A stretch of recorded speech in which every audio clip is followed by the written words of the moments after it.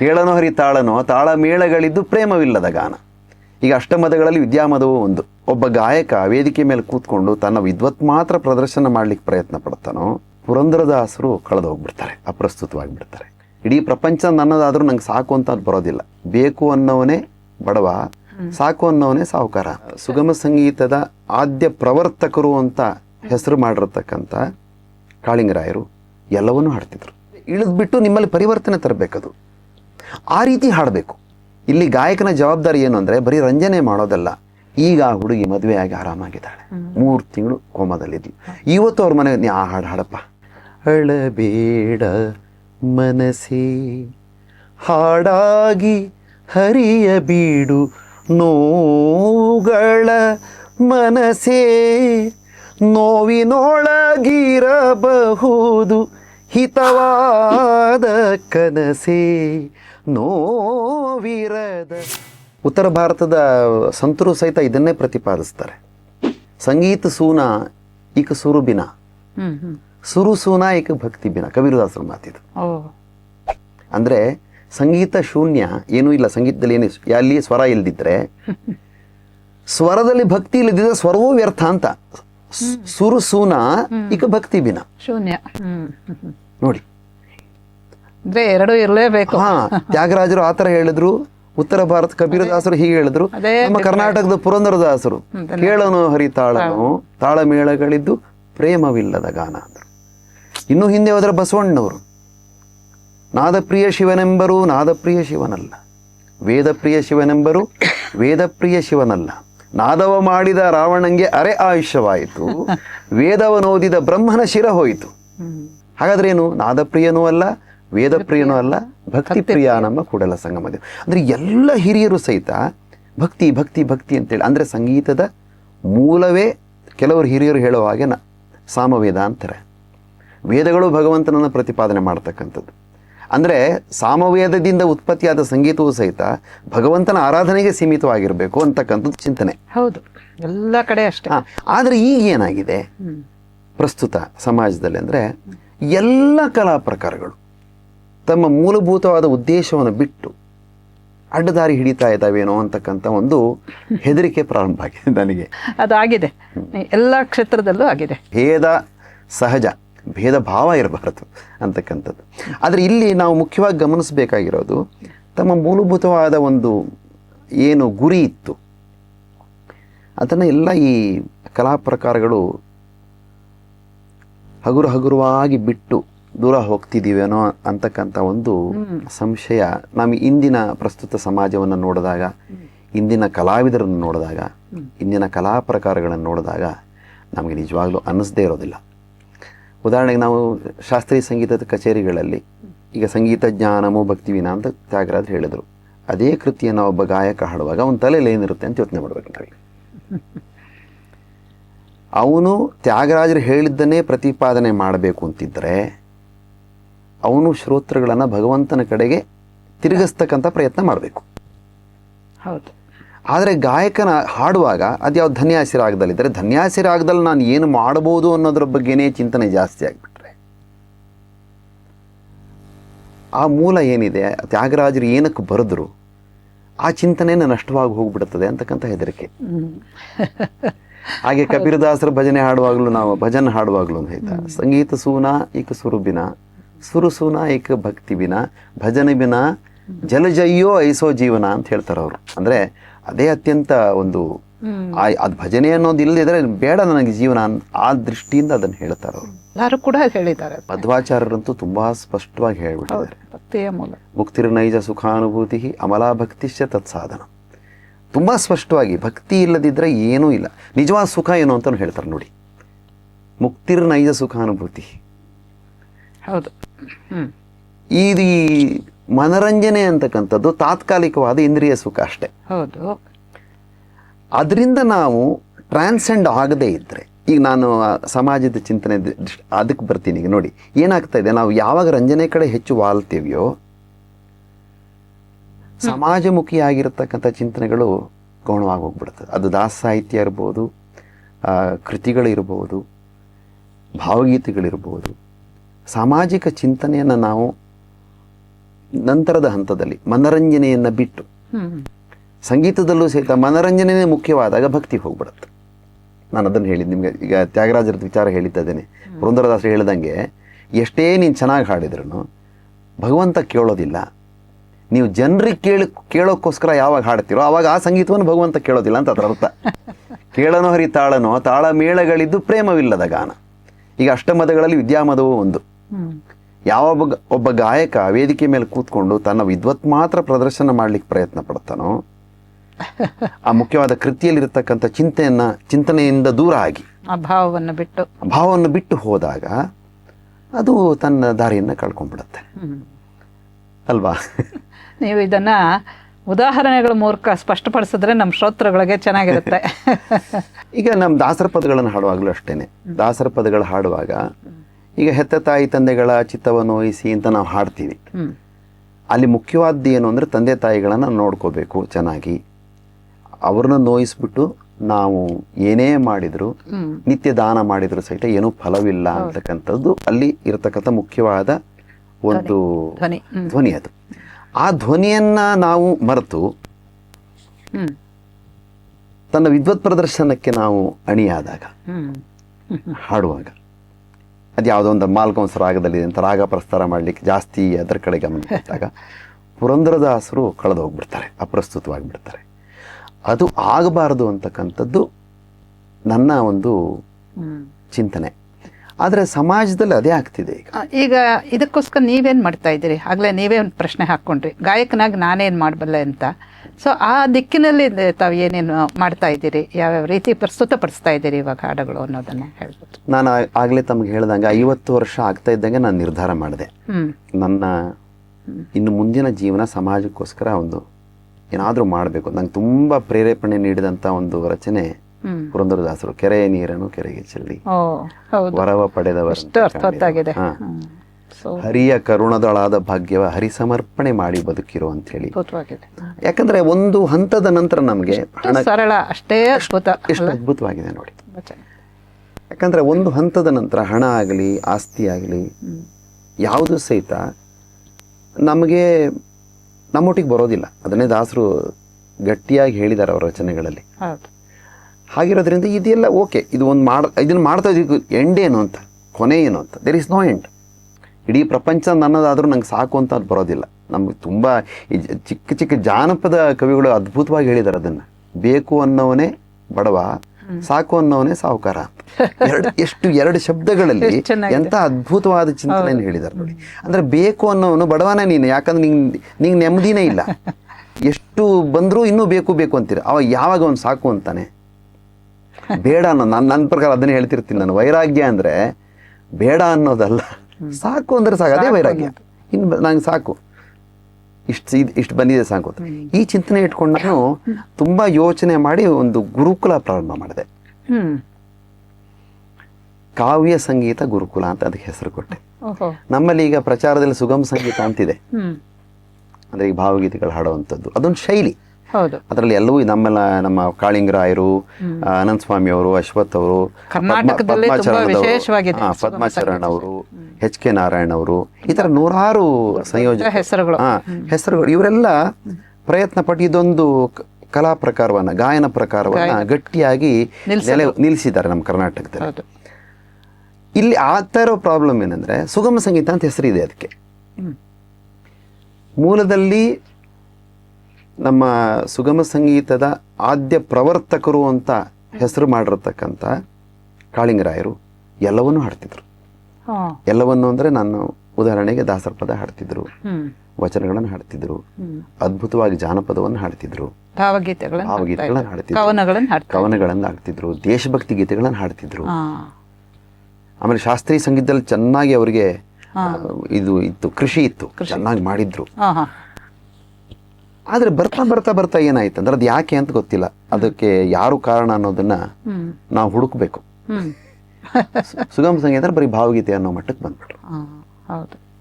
ಈ ದಾಸ ಸಾಹಿತ್ಯ, ವಚನ ಸಾಹಿತ್ಯ ಇದನ್ನೆಲ್ಲ ಸ್ವಲ್ಪವಾಗಿ ಬದಿಗೆ ಸೇರಿಸಿ ಸುಗಮ ಸಂಗೀತ ಭಾವಗೀತೆ ಮಾತ್ರ ಹಾಡ್ಬೇಕ್ರಿ ಅಂತಕ್ಕಂಥ ಒಂದು ಮಟ್ಟ. ಅಂದ್ರೆ ಅವಾಗ ತತ್ಕಾಲದ ಕವಿಗಳು ಏನೇನು ಬರೆದಿದ್ರು ಅವರ ರಚನೆಗಳನ್ನು ಮಾತ್ರ ಹಾಡೋವಂಥ ಒಂದು ಇದು ಅವರ ಒಂದು ಸಂಪ್ರದಾಯ ಅವರ ಒಂದು ಸ್ವಾರ್ಥ ಇರಬಹುದು ಅಂತನೂ ನಾನು ಅನ್ಕೋತೀನಿ. ಇರ್ಬೋದೇನು. ಯಾಕಂದ್ರೆ ಉದಾಹರಣೆಗೆ ಒಂದು ಕಾರ್ಯಕ್ರಮದಲ್ಲಿ ದಾಸರ ಪದ 4 ಹಾಡ್ಬಿಟ್ರೆ 4 ಭಾವಗೀತೆ ಕಮ್ಮಿ ಆಗ್ಬಿಡುತ್ತೆ, 4 ಭಾವಗೀತೆ 4 ಕವಿಗಳು ಹಾಡುವಾಯ್ತಲ್ಲ. ಹೀಗೆ ಅದನ್ನೇ ಒಂದು ಗಟ್ಟಿಯಾದ ಒಂದು ಕಲಾ ಪ್ರಕಾರ ಮಾಡಬೇಕು, ಭಾವಗೀತೆನೇ ಮಾಡಬೇಕು ಅಂಥೇಳಿ ಅವರು ಪ್ರಯತ್ನ ಪಟ್ಟರು ಅಂತ ಅನಿಸುತ್ತೆ ನನಗೆ. ಆದರೆ ನನ್ನ ಪ್ರಕಾರ ಇವೆಲ್ಲವನ್ನೂ ಸೇರಿಸಿ ಹಾಡಿದಾಗ ಒಂದು ಕಚೇರಿ 3 ಗಂಟೆ ಇದೆ ಅಂದರೆ ಒಬ್ಬ ಗಾಯಕನದ್ದು, ಅದರಲ್ಲಿ ಅವನು ಎಲ್ಲವನ್ನೂ ಹಾಡಲಿಕ್ಕೆ ಪ್ರಯತ್ನ ಪಟ್ಟಾಗ ಚಂಪು ಕಾವ್ಯದಿಂದ ಪ್ರಾರಂಭಗೊಂಡು ರನ್ನಪಂಪರ 2 ಪದ್ಯ ಹಾಡೋದು. ನಾನು ಕನ್ನಡದ ಒಂದು ಈ ಸಾಹಿತ್ಯ ಪರಂಪರೆಗೆ ಅಗಾಧವಾದ ಒಂದು ವಿಸ್ತಾರ ಇದೆ. ಆದರೆ ಪರಂಪರೆಗೆ ತುಂಬ ನಷ್ಟ ಆಗಿದೆ. ಈಗ ಯಾರು ಹಾಡೋದೇ ಇಲ್ಲ. ನೀವೇ ನಿಮ್ಮ ಬಾಯಲ್ಲೇ ನಾನು ಕೇಳ್ತಾ ಇರೋದು ರನ್ನಪಂಪರನ್ನೆಲ್ಲ ಹಾಡಬೇಕು ಅಂತ ಯಾರು ಹಾಡೋದಿಲ್ಲ. ಇಲ್ಲ, ಅದನ್ನು ನಾವು ಯಾವಾಗ ನಮ್ಮ ಪರಂಪರೆ ಎಲ್ಲಿಂದ ಪ್ರಾರಂಭ ಆಯಿತು ಅದನ್ನೇ ಬಿಟ್ಬಿಟ್ರೆ ನಮಗೇನು ಇದಿದೆ, ಗುರುತಿದೆ ಹೇಳಿ? ಕನ್ನಡದಲ್ಲಿ ಅದು ಇಲ್ಲವೇ ಇಲ್ಲ ನೋಡಿ. ಈಗ ಪಂಪನ ಪದಗಳನ್ನು ಯಾರು ಹಾಡ್ತಾರೆ? ಇಲ್ಲ ಸಾಹಿತ್ಯ ಕ್ಲಾಸ್ಗಳು. ಅದೇ ನಾನು ಕೆಲವು ಪದ್ಯಗಳನ್ನು ಆಯ್ದು ಹಾಡ್ತೀನಿ. ಅದೇನಂದ್ರೆ ಅದನ್ನ ನಾವು ಬಿಡಬಾರ್ದು ಅಂತ ಅಷ್ಟೇ. ನೋಡಿ, ಅದ್ಭುತವಾದ ಒಂದು ಕಲಾ ಪ್ರಕಾರ ಇತ್ತು ಗಮಕ ಅಂತೇಳಿ, ಆಲ್ಮೋಸ್ಟ್ ಇದೆ. ಆದ್ರೆ ಯಾರು ಕೇಳ್ತಿದಾರೆ ಅದನ್ನ? ಎಲ್ಲ ಈ 50 ವರ್ಷ ಆದವರು ಮುದುಕರು ಹೋಗ್ಬಿಟ್ಟು ಕೂತ್ಕೋತಾರೆ, ಸ್ವಲ್ಪ ನೆಟ್ಗೊಂದು 50 ಜನನೂ ಇರಲ್ಲ. ಎಂತ ಅದ್ಭುತವಾದ ಕಲೆ ಅಂದ್ರೆ ಸಾಹಿತ್ಯ ಸಂಗೀತಗಳನ್ನ ಬೆಸೆಯುವಂತ ಕಲೆ ಅದು. ಅದ್ಭುತ ಗಮಕ, ಅದ್ಭುತ ಅದು. ಮನೆಯಲ್ಲಿ ಮಾಡಿಸ್ತಾರೆ ಅವರು ಅಷ್ಟೇ. ಬಟ್ ನಾನು ಹೇಳ್ತಾ ಇರೋದು ಸಾರ್ವಜನಿಕವಾಗಿ ಇಲ್ಲ ಅದು. ನಿಜ. ಯಾವುದೋ ಈಗ ನೋಡಿ, ಯಾವುದೋ ಉತ್ಸವಗಳು ನಡೆಯುತ್ತೆ ಅಂದ್ರೆ 30 ಲಕ್ಷ 40 ಲಕ್ಷ ಕೊಟ್ಬಿಟ್ಟು ಚಲನಚಿತ್ರ ಗೀತೆಗಳನ್ನು ಕೇಳಿಸ್ತಾರೆ ಹೊರತು ಗಮಕ ಆಗಲಿ ಇವೆಲ್ಲ ಇಲ್ವೇ ಇಲ್ಲ. ಈಗ ಅಯ್ಯೋ ಯಾರು ಕೇಳ್ತಾರ್ರಿ ಅದನ್ನ, ಈಗ ಬಂದ್ಬಿಟ್ಟಿದೆ. ಆದರೆ ಅದೇ ನಮ್ಮ ಪರಂಪರೆ. ಅಲ್ಲಿಂದನೇ ನಾವು ಅಂಬೆಗಾಲಿಡ್ಲಿ ಪ್ರಾರಂಭ ಮಾಡಿದ್ದು, ಬಂದಿರೋದು ಅಲ್ಲಿಂದ. ಸೊ ಅದರ ಮೂಲವನ್ನೇ ನಾವು ಬಿಟ್ಬಿಟ್ರೆ ಹೇಗೆ ಅಂತಕ್ಕಂಥದ್ದು ಒಂದು ಚಿಂತನೆ. ಹಾಗಾಗಿ ಇದನ್ನೆಲ್ಲ ಸಮಗ್ರವಾಗಿ ಒಂದೇ ವೇದಿಕೆಯಲ್ಲಿ ಅಥವಾ ಒಬ್ಬ ಗಾಯಕ ಒಂದು ಕಾರ್ಯಕ್ರಮದಲ್ಲಿ ಹಾಡ್ಲಿಕ್ಕೆ ಸಾಧ್ಯವಾದರೆ ಹೇಗಿರ್ಬೋದು ನೋಡಿ, ಯೋಚನೆ ಮಾಡಿ. ರನ್ನಪಂಪನ ಪದ್ಯಗಳು, ವಚನ ಸಾಹಿತ್ಯ, ದಾಸ ಸಾಹಿತ್ಯ, ತತ್ವಪದಗಳು, ಭಾವಗೀತೆಗಳು, ದೇಶಭಕ್ತಿ ಗೀತೆಗಳು, ಸುಗಮ ಸಂಗೀತ, ಜಾನಪದ ಗೀತೆಗಳು, ಎಲ್ಲವನ್ನು ಆಮೇಲೆ ಚುಟುಕುಗಳು, ಅದ್ಭುತವಾದ ಚುಟುಕುಗಳಿದೆ. 2 ಸಾಲುಗಳಲ್ಲಿ ಒಬ್ಬ ಕವಿ ಅದ್ಭುತವಾಗಿದ್ದನ್ನು ಹೇಳ್ಬಿಡ್ತಾನೆ. ಸಾಧ್ಯ. ಒಂದು 4 ಚರಣ ಇರೋ ಒಂದು ಹಾಡು ಮಾಡದೇ ಇರೋ ಕೆಲಸ ಒಂದು ಚುಟುಕ ಮಾಡಿಬಿಡುತ್ತೆ. ಈ ಥರದ್ದು ಹಲವಾರಿದೆ, ಹುಡುಕಬೇಕು ನಾವು. ಆಮೇಲೆ ಆಕರ್ಷಣೀಯವಾಗಿ ಅದನ್ನ ಪ್ರಸ್ತುತಪಡಿಸ್ಬೇಕು, ಜನರ ಮುಂದೆ ಇಡಬೇಕು. ಏನಾಗಿದೆ, ಈಗ ಜನರಿಗೆ ಆಕರ್ಷಣೆ ಬೇರೆ ಕಡೆ ಹೋಗ್ಬಿಟ್ಟಿದೆ. ಈಗ ಅಂಥದ್ದು ನೀವು ಮಾಡ್ತಾ ಇದ್ದೀರಾ? ಮಾಡ್ತಾ ಇದ್ದೆ, ಅದನ್ನ ಹೇಳಿದ್ ನಾನು. ಕಾವ್ಯ ಸಂಗೀತ ಕಾರ್ಯಕ್ರಮ ಅಂತಾನೆ ಮಾಡ್ತೇನೆ ನಾನು. ಅದರಲ್ಲಿ ಇವೆಲ್ಲವೂ ಇರುತ್ತೆ. ರನ್ನಪಂಪರ ಕಾವ್ಯದಿಂದ ಹಿಡಿದು ಚುಟುಕುಗಳವರೆಗೆ, ದಿನಕರ ದೇಸಾಯಿ ಅವರು, ನಮ್ಮ ದುಂಡಿಯರಾಜ್ ಅವರು, ಅವ್ರ ಚುಟುಕುಗಳ ತನಕ, ಜರಗನಹಳ್ಳಿ ಶಿವಶಂಕರ್ ತುಂಬಾ ಚೆನ್ನಾಗಿ ಬರೀ 2 ಸಾಲು. 16 ವರ್ಷ ನೆರಳಾಗಿ ನಿಂತ ಮರ ತೊಲೆಯಾಗಿ ಉಳಿಯಿತು 100 ವರ್ಷ. 100 ವರ್ಷ ಆಳಿದ ಅರಸ ಹೆಣವಾಗಿ ಉಳಿಯಲಿಲ್ಲ 3 ದಿವಸ. ಎಷ್ಟು ಚೆನ್ನಾಗಿದೆ. ಒಂದು ಮರಕ್ಕೆ ಒಂದು ಮನುಷ್ಯನ ಜೀವನವನ್ನು ಹೋಲಿಸಿದ್ದಾರೆ ಅವರು. ಅಂದ್ರೆ ಮರ ಸತ್ತ ಮೇಲೂ ನಮಗೆ ಒಂದು ತೊಲೆಯಾಗಿ ಕಾಪಾಡುತ್ತೆ. ಮನುಷ್ಯ 100 ವರ್ಷ ಆಳಿದ್ರು ಸಹಿತ ಅವನ ಹೆಣ 3 ದಿನ ನೋಡಲ್ಲ ನಾವು ಅಂತ. 2 ಸಾಲು ವ್ಯತ್ಯಾಸ ಎಷ್ಟಿದೆ ಅಂತ. ಈ ಥರದ್ದನ್ನ ನಾವು ಈ ಒಂದು ವೇದಿಕೆ ಮೇಲೆ ಉದಾಹರಣೆ ಹಾಡುವಾಗ ಮಧ್ಯ ಒಂದು ಈ ಥರದ್ದನ್ನು ಬಿಡೋದು. ನನಗೆ ಇದಕ್ಕೆ ಸ್ಫೂರ್ತಿ ಯಾವುದು ಅಂತ ಹೇಳ್ತೀನಿ. ಉತ್ತರ ಭಾರತದಲ್ಲಿ ಗಜಲ್ ಕಾನ್ಸರ್ಟ್ಸ್ ಅಂತ ಇರುತ್ತೆ, ಪಕ್ಕ ಸಾಹಿತ್ಯ ಪ್ರಧಾನವಾದ. ಅಲ್ಲಿ ಹೇಗಿರುತ್ತಂದ್ರೆ ಅವರು ಆಡಿಯನ್ಸ್ ಅನ್ನು ಹಿಡಿದಿಟ್ಕೋತಾರೆ. ಅದು ಬಹುಮಟ್ಟಿಗೆ ಉರ್ದು ಇರುತ್ತೆ. ಕನ್ನಡಕ್ಕೂ ಬಂತೇನೋ ಗಜಲ್ ಅಂತ? ಇಲ್ಲ, ಅದೇ ಕನ್ನಡಕ್ಕೆ ಬಂದಾಗ ಅದೇನಾಯ್ತು ಅಂದ್ರೆ, ಕನ್ನಡದಲ್ಲಿ ಪ್ರಾಬ್ಲಮ್ ಏನಂದ್ರೆ ಇಲ್ಲಿ ಶ್ರೋತೃಗಳಿಗೆ ಆ ಮನಸ್ಥಿತಿ ಇಲ್ಲ, ಸಿದ್ಧತೆ ಇಲ್ಲ. ಅಲ್ಲಿ ಆ ಸಿದ್ಧತೆ ಇದೆ. ಅಲ್ಲಿ ಶಾಯರಿ ಅಂತಕ್ಕಂಥದ್ದು ಉತ್ತರ ಭಾರತದಲ್ಲಿ ಪ್ರತಿಯೊಬ್ಬರ ರಕ್ತದಲ್ಲಿ ಬೆರೆತು ಮಾತಾಡುವಾಗಲೇ ಹೆಂಗೆ ಬಿಡ್ತಾ ಇರ್ತಾರೆ. ನಮ್ಮಲ್ಲಿ ಅದಿಲ್ಲ. ಹಾಡ್ತಾ ಇರ್ತಾರೆ, ಹೇಳ್ತಿರ್ತಾರೆ. ಕವಿಗೋಷ್ಠಿಗಳು ತುಂಬಾ ನಡೆಯುತ್ತೆ. ನನಗೆ ಆ ಥರದ್ದೊಂದು ಕಾರ್ಯಕ್ರಮ ಇಲ್ಲಿ ಕರ್ನಾಟಕದಲ್ಲಿ ಆಗಬೇಕು ಅಂತ ಆಸೆ. ಕವಿಗಳಿದ್ದಾರೆ, ಆದರೆ ಆ ಥರ ಗೋಷ್ಠಿಗಳಿಲ್ಲ. ಅದನ್ನ ಎಲ್ಲ ದೃಷ್ಟಿಯಿಂದ ಸಾಮಾಜಿಕವಾಗಿ, ಉದಾಹರಣೆ ನಾನು ಆಗಲೇ ಹೇಳಿದಾಗ ಮನುಷ್ಯನ ಜೀವನದ ಬಗ್ಗೆ ಬಂತದ್ದು 4 ಸಾಲುಗಳು ಒಂದು ಚುಟುಕು ಅಲ್ವಾ. ಆಮೇಲೆ ಸಮಾಜದಲ್ಲಿ ಒಂದು ಬಾಂಧವ್ಯ, ಮತ್ತೊಂದು ಏನು ಹೇಳ್ತಾರೆ ಜವಾಬ್ದಾರಿ ಬೆಳೆಸ್ತಕ್ಕಂಥ ಕೆಲವು ಸಾಲುಗಳು. ಇದನ್ನೆಲ್ಲ ಹೇಳಿ ಅದನ್ನು ದಾಸಾಹಿತ್ಯಕ್ಕೆ ಲಿಂಕ್ ಮಾಡಿ ಅಥವಾ ಯಾವುದೋ ಒಂದು ಒಳ್ಳೆಯ ಭಾವಗೀತೆಗೆ ಲಿಂಕ್ ಮಾಡಿ ಇಡೀ ಕಾನ್ಸರ್ಟ್ ಇಂಟ್ರೆಸ್ಟಿಂಗ್ ಆಗಿರಬೇಕು. ಕಾನ್ಸರ್ಟ್ ಮುಗಿದು ಮನೆಗೆ ಹೋಗುವಾಗ ಟೇಕ್ ಅವೇ ಇರಬೇಕು. ಈಗ ನಾವು ಶಾಸ್ತ್ರೀಯ ಸಂಗೀತದ ಕಾರ್ಯಕ್ರಮಕ್ಕೆ ಹೋದಾಗ ಹೆಚ್ಚಿನ ಸಂದರ್ಭಗಳಲ್ಲಿ ಅಬ್ಬಾ ಏನು ಹಾಡಿದ್ರು ಸರ್ ಅವರು ಅಂತ ಬರುತ್ತೆ. ಮನೆಗೆ ಹೋದ್ಕೂಡ ಏನು ಅಡುಗೆ ಅಮ್ಮ ಇವತ್ತು ಅಂತ ಹೇಳ್ತೀವಿ. ನಾನು ಹೇಳೋದು ಆ ಹಾಡು ಕೇಳಿದಾಗ ವಾರಗಟ್ಟಲೆ ಕಾಡಬೇಕು. ಅದು ಒಂದು ಹಾಡು ಒಂದು ವಾರ ಕಾಡಬೇಕು ನಿಮ್ಮನ್ನು, ಇಳಿಬೇಕು ನಿಮ್ಮಲ್ಲಿ. ಹಾಂ, ಇಳಿದ್ಬಿಟ್ಟು ನಿಮ್ಮಲ್ಲಿ ಪರಿವರ್ತನೆ ತರಬೇಕದು. ಆ ರೀತಿ ಹಾಡಬೇಕು. ನೋಡಿ, ಇಲ್ಲಿ ಗಾಯಕನ ಜವಾಬ್ದಾರಿ ಏನು ಅಂದರೆ ಬರೀ ರಂಜನೆ ಮಾಡೋದಲ್ಲ, ಕೇಳುಗನ ಮನಸ್ಸಿನಲ್ಲಿ ಆ ಹಾಡನ್ನು, ಆ ಹಾಡಿನ ಧ್ವನಿಯನ್ನು ಪ್ರತಿಷ್ಠಾಪನೆ ಮಾಡಬೇಕು ಅವನು. ಆವಾಗ ಪರಿವರ್ತನೆ ಆಗುತ್ತೆ. ಅದನ್ನು ನೀವು ಮಾಡಿದ್ದೀರಿ? ಹಾಂ, ಮಾಡೋಕ್ಕೆ ಪ್ರಯತ್ನ ಪಟ್ಟಿದ್ದೀನಿ. ಸ್ವಲ್ಪ ಮಟ್ಟಿಗೆ ಅದರಲ್ಲಿ ನಾನು ನನ್ನ ಸಾಧನೆ ಮಾಡಿದ್ದೀನಿ. ಹಾಗಾದರೆ ಉದಾಹರಣೆಗೆ ನೀವು ಮಾಡಿರೋವಂಥ ಆ ಪ್ರಯತ್ನದಲ್ಲಿ ಏನೇನು ಸೇರಿಸ್ಕೊಂಡ್ರಿ ಅದೆಲ್ಲನೂ ಚುಟ್ಕ ಹಾಡಿ ತೋರಿಸ್ಬೇಕು ನಮಗೀಗ. ನೋಡಿ, ನಮ್ಮ ಪುರಂದರದಾಸರದೊಂದು ಹಾಡಿದೆ, ಸ್ನಾನವ ಮಾಡಿರೋ ಜ್ಞಾನತೀರ್ಥದಲ್ಲಿ. ಯಾವುದೋ ಒಂದು ಕಾರ್ಯಕ್ರಮಕ್ಕೆ, ಒಂದು ವೃದ್ಧಾಶ್ರಮದ ಓಪನಿಂಗ್ ಸೆರೆಮನಿಗೆ ಹೋದಾಗ ನನಗೆ ಅನ್ನಿಸ್ತು, ವೃದ್ಧಾಶ್ರಮಗಳು ನಮ್ಮ ಒಂದು ಭಾರತೀಯ ಸಂಸ್ಕೃತಿಗೆ ಪೂರಕವಾಗಿಲ್ಲ ಅಥವಾ ಸರಿಯಲ್ಲ ಅಂತ ಎಲ್ಲೋ ಒಂದು ನನ್ನ ಮನಸ್ಸಲ್ಲಿದೆ ಮುಂಚಿಂದನು. ಯಾಕಂದರೆ ವೃದ್ಧಾಪ್ಯದಲ್ಲಿ ತಂದೆ ತಾಯಿಗಳನ್ನ ಹೊರಗೆ ಹಾಕ್ತಕ್ಕಂಥ ಒಂದು ಈಗ ನಡ್ಕೊಂಡ್ಬಂದಿದೆ, ಅದು ಆಗ್ತಾ ಇದೆ. ಎಲ್ಲೋ ಒಂದು ಕಡೆ ನಂಗೆ ಬೇಸರ. ಅದು ನಮ್ದಲ್ಲ, ಇದು ನಾವು ಪ್ರಾರ್ಥನೆನೇ ಮಾತ್ರ ದೇವೋಭವ ಪಿತೃದೇವೋಭವ ಅಂತ ಸ್ಟಾರ್ಟ್ ಮಾಡಿಬಿಟ್ಟು ಈಗೇನು ಮಾಡಲ್ಲ ಬೇಡ, ಅಲ್ಲಲ್ಲ ಬೇಜಾರು ಪಟ್ಕೊಂಡು ಇಲ್ಲ, ಅದನ್ನ ನಮ್ಮ ಪರಂಪರೆ ಹೇಳ್ತಿರೋದು ನಾನು. ತಾಯಿ ತಂದೆ ಬಗ್ಗೆ ತಾಯಿಗಿಂತ ದೊಡ್ಡ ದೇವರಿಲ್ಲ ಅಂತ ಹೇಳ್ತೇವೆ ಸುಲಭವಾದ ಕನ್ನಡದಲ್ಲಿ ಅಲ್ವಾ.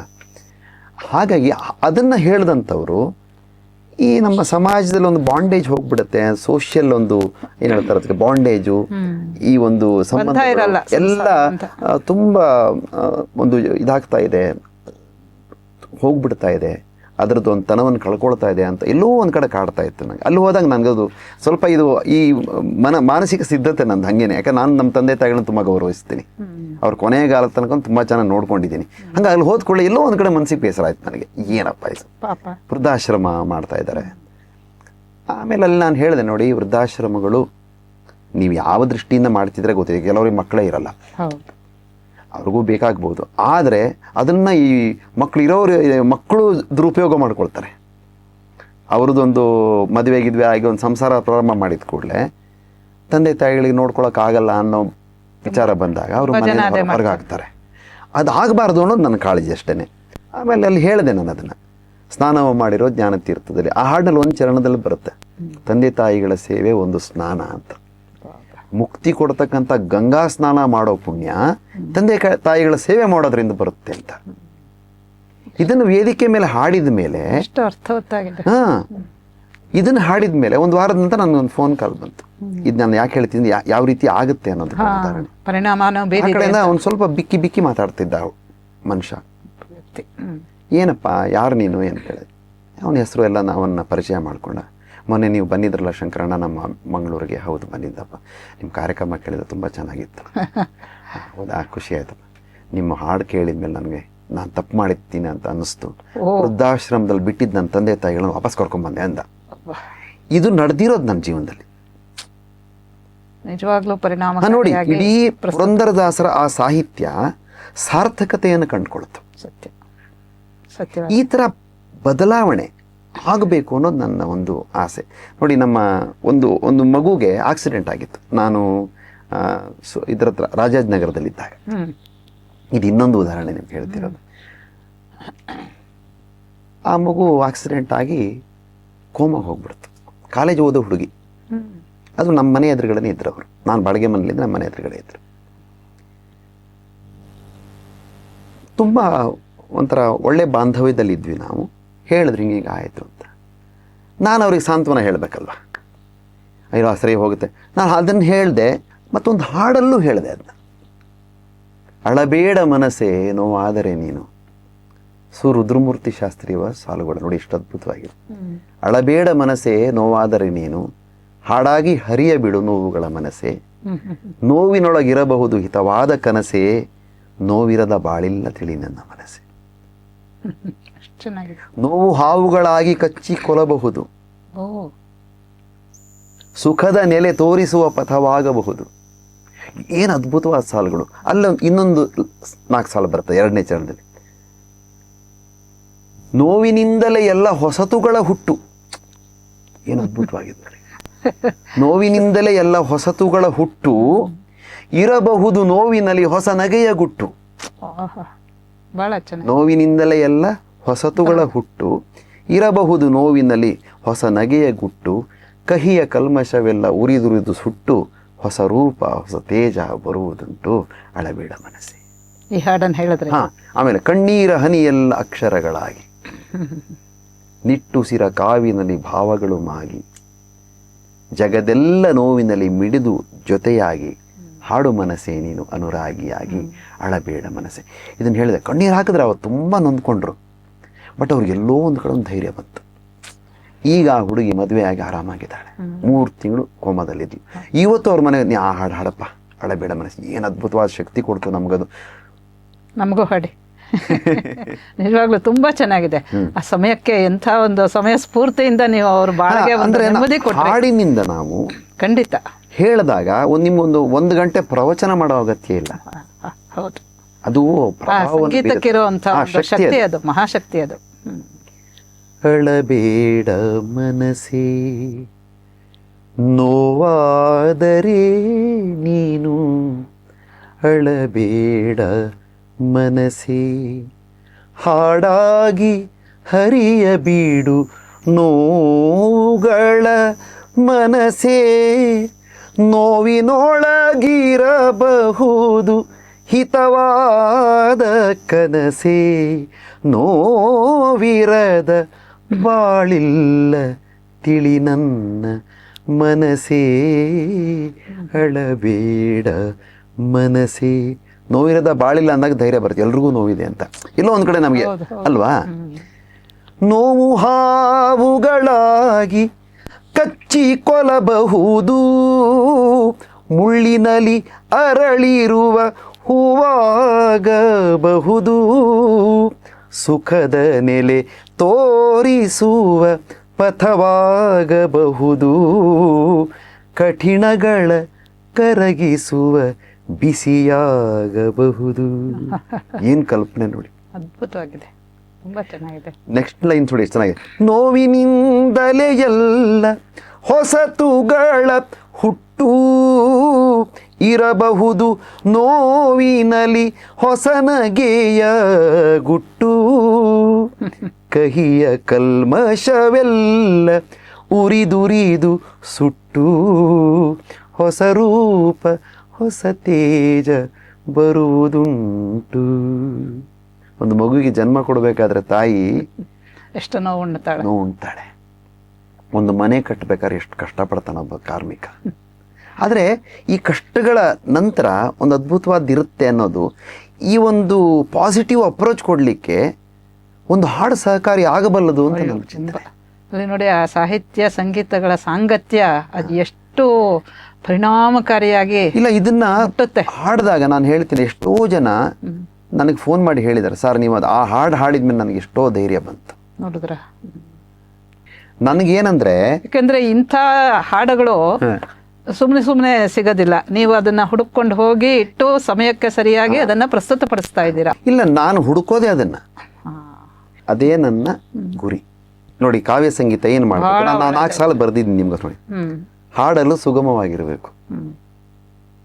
ಇದು ನಿಮ್ಮ ನನ್ನ ಚಿಂತನೆ. ನಾನು ಕಾವ್ಯ ಸಂಗೀತದ ಚಿಂತನೆ ಹೇಗೆ ಅಂತ, ಹಾಡಲು ಸುಗಮವಾಗಿರಬೇಕು. ಆ ಹಾಡಿಗೆ